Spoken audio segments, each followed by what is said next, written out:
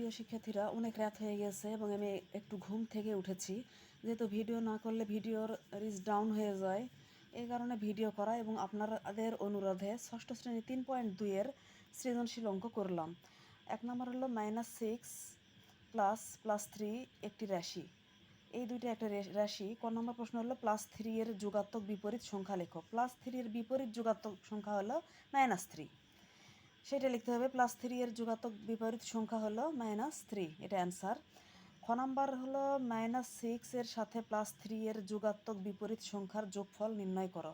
+6 এর সাথে +6 ঠিক থাকবে এবং এর সাথে +3 কি হয়ে যাবে? -3, যোগাত্মক বিপরীত সংখ্যা মানে -3। তাহলে -6 আর হবে -3 আর মাঝখানে যোগ চিহ্ন হবে। এই যে অঙ্ক, -6 ও +3 এর যোগাত্মক বিপরীত সংখ্যার যোগফল -6 প্লাস এই যে +3 -3 হয়ে যাবে, যেহেতু যোগাত্মক বিপরীত সংখ্যা বলেছে। তাহলে -6 -6ই হবে। এবার প্লাসে মাইনাসে মাইনাস হয়, তারপরে 3 মাইনাস আর মাইনাস চিহ্ন মাইনাসই হবে। যতগুলোই মাইনাস থাক চিহ্ন মাইনাসই হবে, কিন্তু অঙ্কগুলো যোগ হয়ে যায়। তাহলে মাইনাসে মাইনাসই লিখলাম। 6 আর 3 যোগ করলে হয় 9, এটাই অ্যান্সার। এবারে শেষেরটা একটু ঝামেলা আছে। শেষেরটা বলছে উদ্দীপকের রাশিটির সংখ্যা রেখায় সাহায্যে যোগ করো। সংখ্যা রেখা আঁকায়ে তার মাপগুলো দেখাতে হবে এবং যোগ করে উত্তর বের করতে হবে। তাহলে কিভাবে করব? আমাদের অঙ্কটা কি? -6 প্লাস 3, এই অঙ্কটা উঠাতে হবে সংখ্যা রেখার সাহায্যে। -6 +3, এইটা হলো মূল অঙ্ক।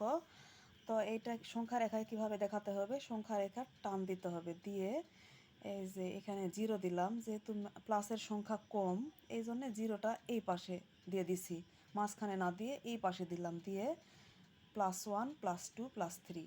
এরপরে -6 পর্যন্ত দিলেই হবে। -1 -2 -3 -4 -5 -6। তারপরে কিভাবে দেখাতে হবে? এখানে -6 আছে, 0 থেকে আমরা দেখব 1 2 3 4 5 6 এই পর্যন্ত। এই সংখ্যা রেখাটা এই পর্যন্ত এসে এই -6-এর কাছে হলো। এখন +3 যখন আমরা আঁকাবো, তখন এই যে যেখানে -6 শেষ হয়েছে এই দিক থেকে আমরা আঁকাবো 3 ঘর পর্যন্ত।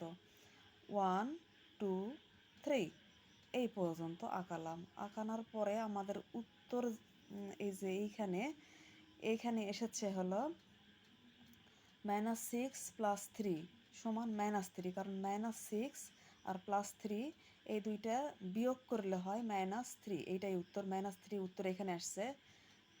1 2 3 এগুলো কিন্তু মাইনাসের ঘর। -3 এখানে ভরাট চিহ্ন দিয়ে দেখানো হয়েছে। আর যেভাবে আমি বর্ণনা করলাম ঠিক ওইভাবে বর্ণনা এখানে দেওয়া আছে, ওইভাবেই আমি লিখছি। আল্লাহ হাফেজ।